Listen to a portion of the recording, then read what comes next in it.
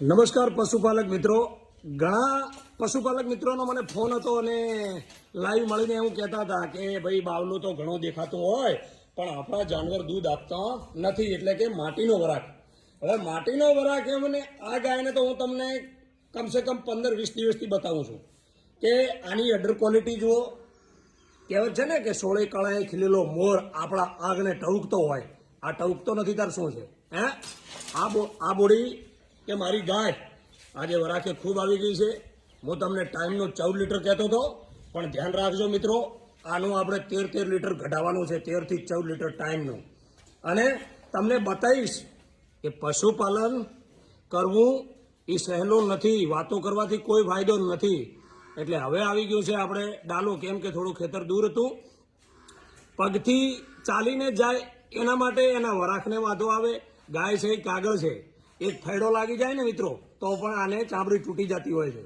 અને જખમ ને પછી મટાડો હોય ઘણો કાઠો છે, એટલે પિકઅપ આવી ગયો છે અને આપણે જાશું ડાલામાં કાચી જગ્યાએ ભરીને. ચલો તો આજે આપણે બધા પશુપાલક મિત્રોને હું તો એક જ વાત કહું છું કે તમારું જાનવર જ્યારે વિયાવા થાય, પૂરા દાડે 5-6 દાડા બાકી હોય તો પાકા તળિયામાં ના રાખશો. કેમ કે પાકા તળિયામાં રાખવાથી કેટલા નુકસાનો છે એ તો જાણે નુકસાન કર્યું હોય એને તમે પૂછજો, બરાબર? એટલે હવે આ 5 દિવસ રહેશે કાચા તળિયામાં. આપણને ભગવાનને એવી આશા રાખું છું કે શાંતિથી નોર્મલ ડિલિવરી થાય.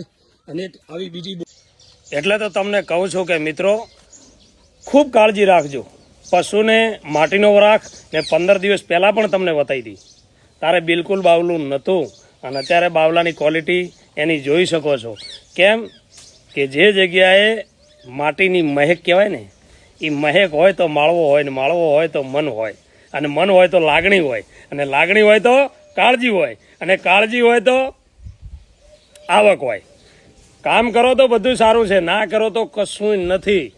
માતા શું મમતા ભલી પિતા ધનકા લોભી અસતકી બેન, સતકો ભાઈ તાબા શું નગરી, જાગે શું પાવે, સુવે શું ખોવે.